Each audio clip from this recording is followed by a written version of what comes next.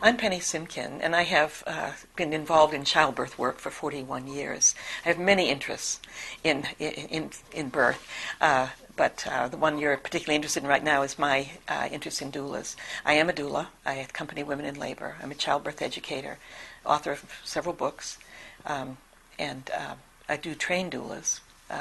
And I'm also a birth counselor, and I try to assist people who are feeling a lot of anxiety about the upcoming birth or who have had a very disappointing birth experience.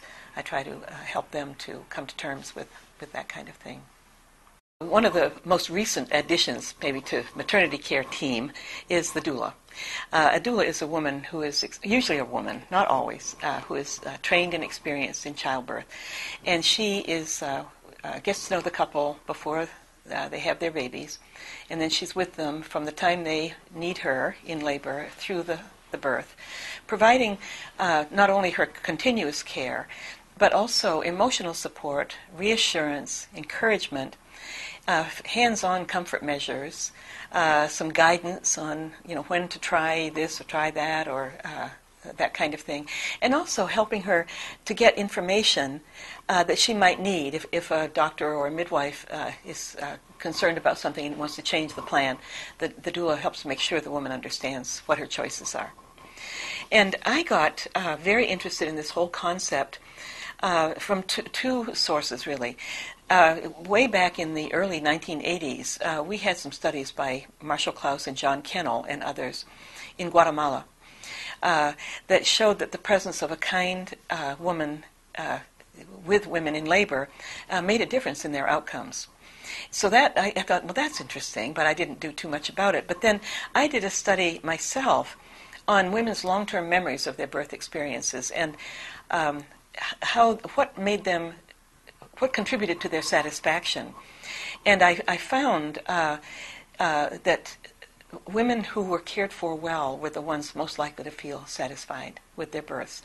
And women who felt that they were neglected or not respected or not listened to or left alone, they were the ones that were likely to feel very unsatisfied with their births. And this was over 20 years. When they were looking back 20 years to their birth experiences, that was what stood out. And I thought, gosh, we can't control a lot about labor, when it starts, how long it's going to be, whether it's complicated, but we can control how we care for her. And at that time, and as is pretty much all the time, nursing shortage.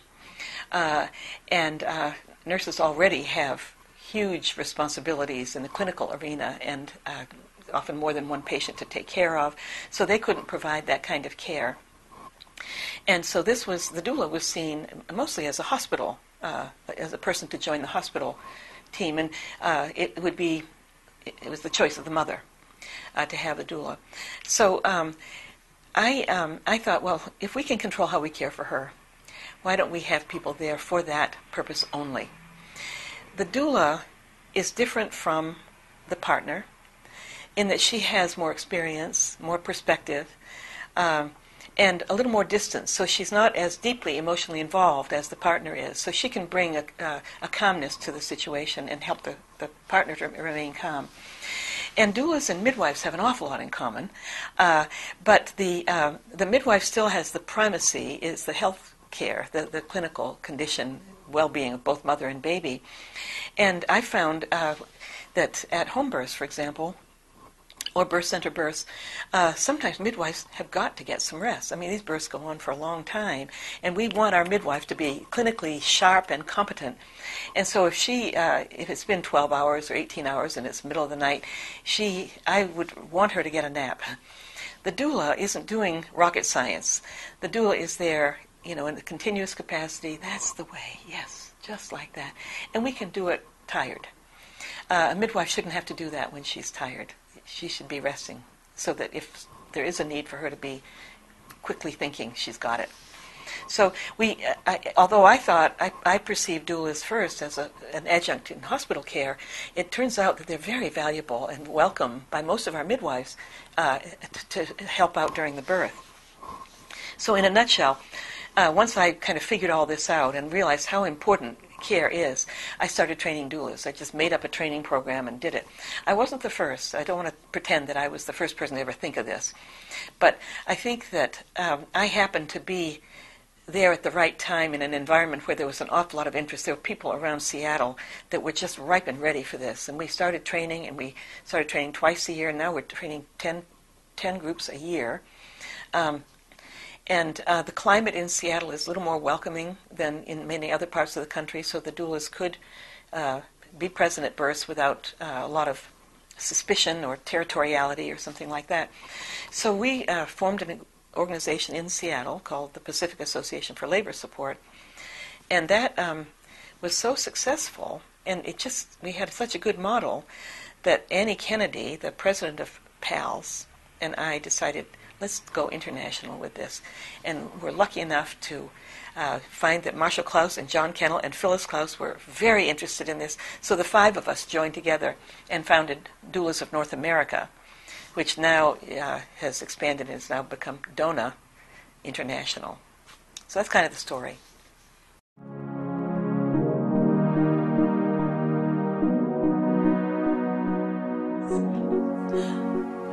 Hi, I'm Jan Tritton. I'm the mother of Midwifery Today, and I want to invite you to come to a conference. You just watched the video that we produced. We're going to produce many more. Many are from conferences, many are from interviews. You can find hundreds of free articles from our magazine, Midwifery Today, on our website.